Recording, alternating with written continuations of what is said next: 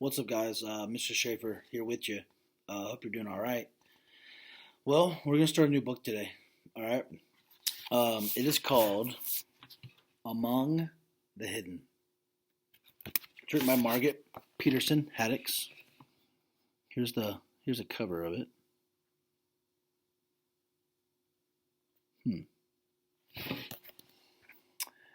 I'm back here. I'll show you the back of this. Shadow Children. So I'm going to read the back. Here we go. Luke has never been to school. He's never had a birthday party or gone to a friend's house for an overnight. In fact, Luke has never had a friend. Luke is one of the Shadow Children, a third child forbidden by the population police. He's lived his entire life in hiding, and now, with a new housing development replacing the woods next to his family's farm, he is no longer even allowed to go outside. And then one day Luke sees a girl's face in the window of a house where he knows two children already live. Finally, he's met a shadow child like himself. Jen is willing to risk everything to come out of the shadows. Does Luke dare to become involved in her dangerous plan? Can he afford not to? So, let's just jump in, guys, and see what's up. Chapter 1. He saw the first tree shudder and fall, far off in the distance. Then he heard his mother call out the kitchen window, "Luke, inside, now!" He had never disobeyed the order to hide. Even as a toddler, barely able to walk in the backyard's tall grass, he had somehow understood the fear in his mother's voice. But on this day, the day they began taking the woods away, he hesitated. He took one extra breath of fresh air, scented with clover and honeysuckle and, coming from far away, pine smoke. He laid his hoe down gently and savored one last moment of feeling the warm soil beneath his bare feet. He reminded himself, I will never be allowed outside again. Maybe never again, as long as I live. He turned and walked into the house, as silently as a shadow. Why? He asked at the supper table that night. It wasn't a common question in the Garner house. There were plenty of hows. How much it rained, the backfield get. How's planning going? Even what did Matthew do with his 5/16 wrench? What's Dad gonna do about that busted tire? But why wasn't considered much worth asking. Luke asked again, why do you have to sell the woods? Luke's dad harumphed and paused in the midst of shoveling forkfuls of boiled potatoes into his mouth. Told you before, we didn't have a choice. The government wanted it. You can't tell the government no. Mother came over and gave Luke's shoulder a reassuring squeeze before turning back to the stove. They had defied the government once, with Luke. What's defied mean? If you defy someone, no, it means you're not doing it. You're not listening. So they defied the government with Luke. That had taken all the defiance they had in them, maybe more. We wouldn't have sold the woods if we didn't have to, she said, ladling out thick tomatoey soup. The government didn't ask us if we wanted houses there. She pursed her lips and she slid the bowls of soup onto the table. But the government's not going to live in the houses, Luke protested. At 12, he knew better, but sometimes still pictured the government as a very big, mean, fat person, 2 or 3 times as tall as an ordinary man, who went around yelling at people, "Not allowed," and "Stop that."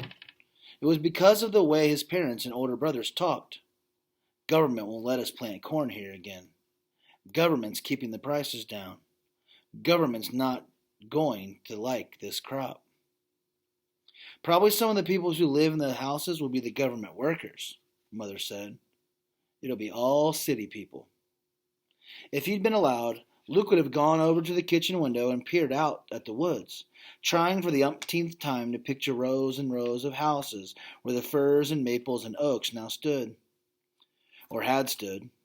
Luke knew from a sneak peek right before supper that half the trees were now toppled. Some already lay on the ground. Some hung at weird angles from their former lofty positions in the sky. Their absence made everything look different, like a fresh haircut exposing a band of untanned skin on the forehead. Even from deep inside the kitchen, Luke could tell the trees were missing because everything was brighter, more open, scarier. "And then when the people move in, I have to stay away from the windows?" Luke asked, though he knew the answer. The question made Dad explode. He slammed his hand down on the table. "Then you gotta stay away now. Everybody and his brother is going to be trampling around back there to see what's going on. They see you." He waved his fork violently. Luke wasn't sure what the gesture meant, but he knew it wasn't good. No one had ever told him exactly what would happen if anyone saw him. Death? Death was what happened to the runt pigs who got stepped on by their stronger brothers and sisters. Death was a fly that stopped buzzing when the swatter hit it. He had a hard time thinking about himself in connection with a smashed fly or a dead pig. Gone, stiff in the sun. It made his stomach feel funny, even trying. "I don't think it's fair we gotta do all Luke's chores now," Luke's older brother, Mark, grumbled.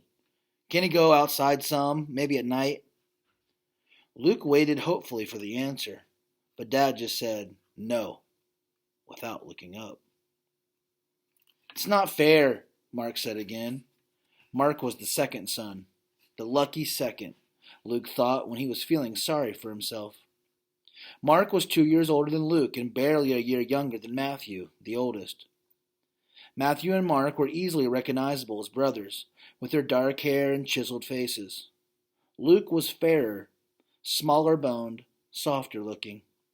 He often wondered if he'd look tougher like them. Somehow he didn't think so. "Luke don't do nothing nohow," Matthew jeered. "We won't miss his work at all." "It's not my fault," Luke protested. "I'd help more if—" Mother laid her hands on his shoulders again. "Hush, all of you," she said. "Luke will do what he can. He always has." The sound of tires on the gravel driveway came through the open window. "Now who?" Dad started. Luke knew the rest of the sentence.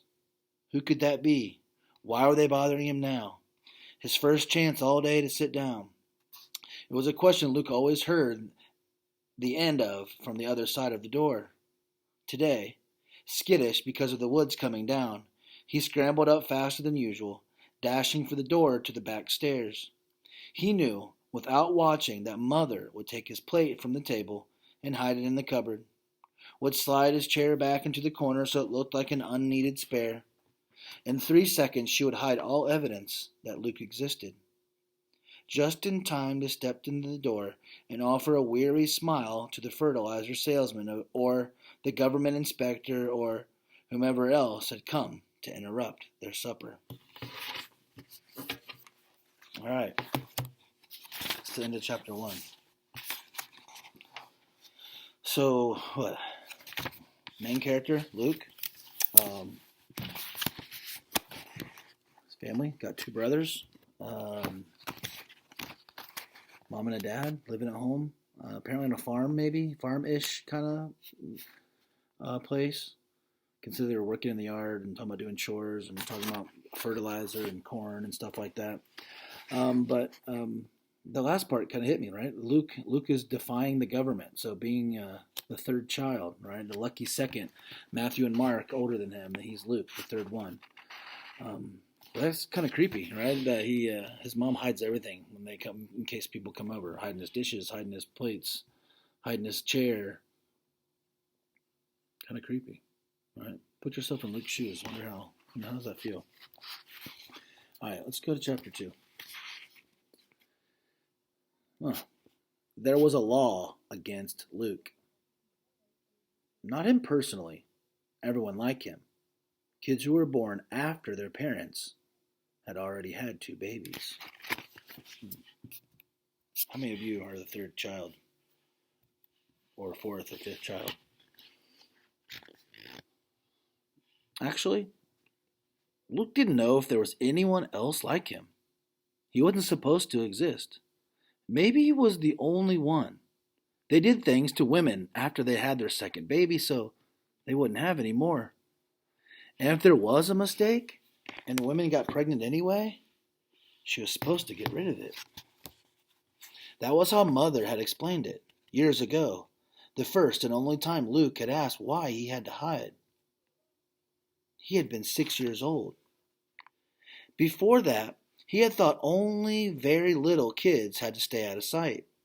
He had thought, as soon as he was old as Matthew and Mark, he would be able to go around like they did, riding into the backfield and even into town with Dad, hanging their hands out the pickup window.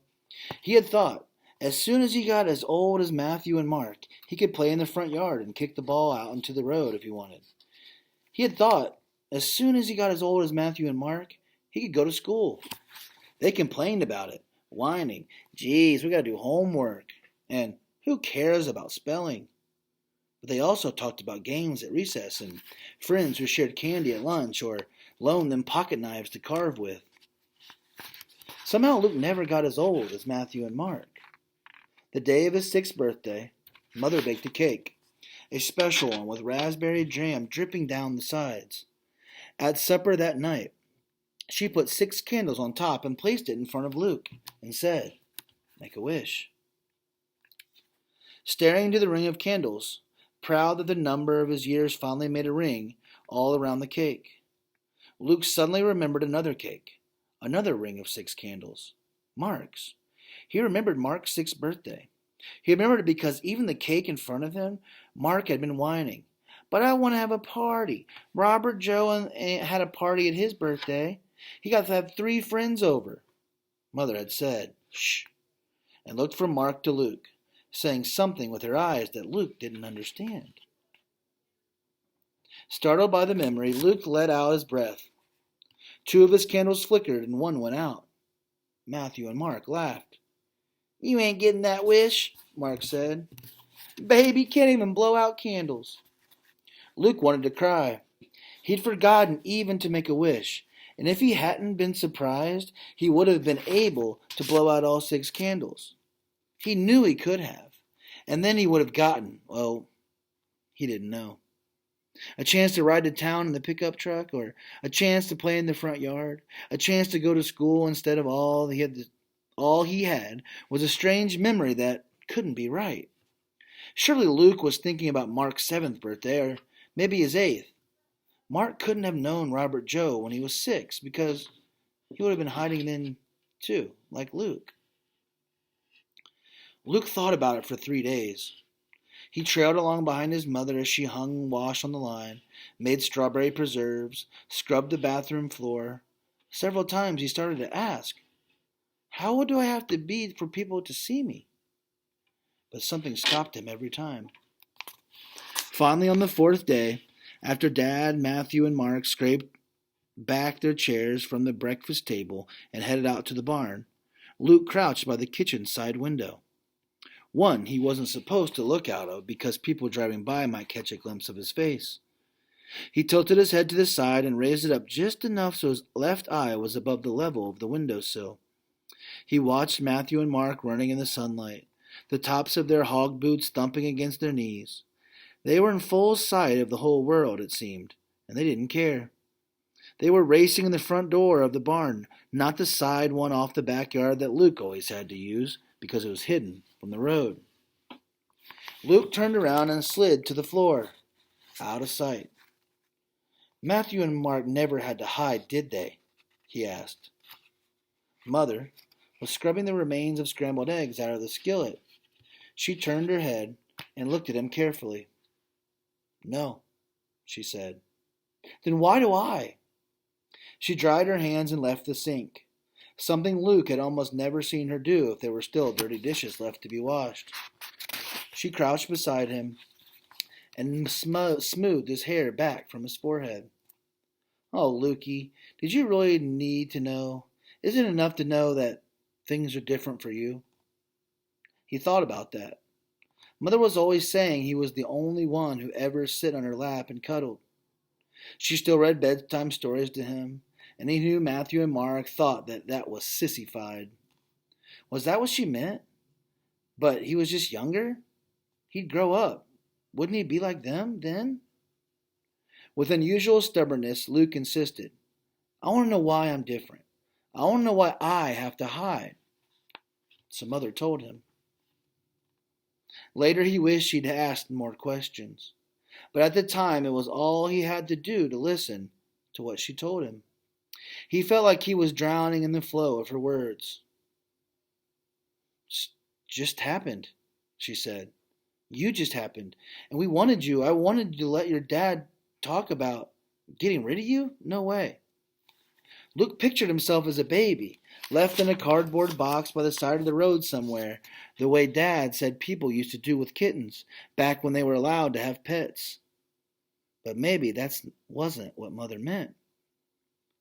The population law hadn't been around long then, and I always wanted lots of kids. Before, I mean. Getting pregnant with you was like a miracle. I thought the government would get over their foolishness, maybe even by the time you were born, and then I'd have a new baby to show everyone. But you didn't, Luke managed to say. You hid me. His voice sounded strangely hoarse, like it belonged to someone else. Mother nodded. Once I started showing, I didn't go anywhere. That wasn't hard to do. Where do I go anyway? I didn't let Matthew or Mark leave the farm, for fear they'd say something. I didn't even say anything about you in letters to my mother or my sister. I wasn't really scared then. It was just superstition. I didn't want to brag. I thought I'd go to the hospital to give birth. I wasn't going to keep you a secret forever. But then what?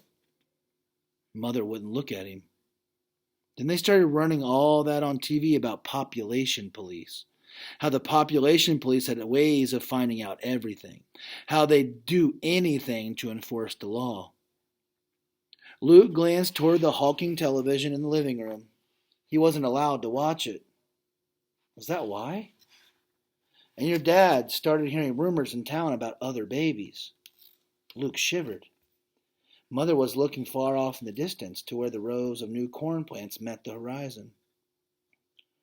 I always wanted a John, too, she said. Matthew, Mark, Luke, and John. Bless the bed that I lie on. But then I thank the Lord that I have you at least, and it's worked out. The hiding, hasn't it? The smile she offered him was wobbly. He felt he had to help her. Yes, he said. And somehow after that, he didn't mind hiding so much anymore. Who wanted to meet strangers anyway? Who wanted to go to school where, if Matthew and Mark were to be believed, the teachers yelled and the other boys would double-cross you if you didn't watch out? He was special. He was secret. He belonged at home. Home, where his mother always let him have the first piece of apple pie because he was there and the other boys were away. Home, where he could cradle the new baby pigs in the barn, climb the trees at the edge of the woods, throw snowballs at the post of the clothesline. Home, where the backyard always beckoned, always safe and protected by the house and the barn and the woods. Until they took the woods away. Whoa. All right. A lot going on. The government controlling the population. Population police. All right. We're going to let this unravel. All right. We're going to see where this heads. I know a lot of information in these first two chapters, but very interesting. And I want to see what goes down and what happens next. All right. I'll see you next time.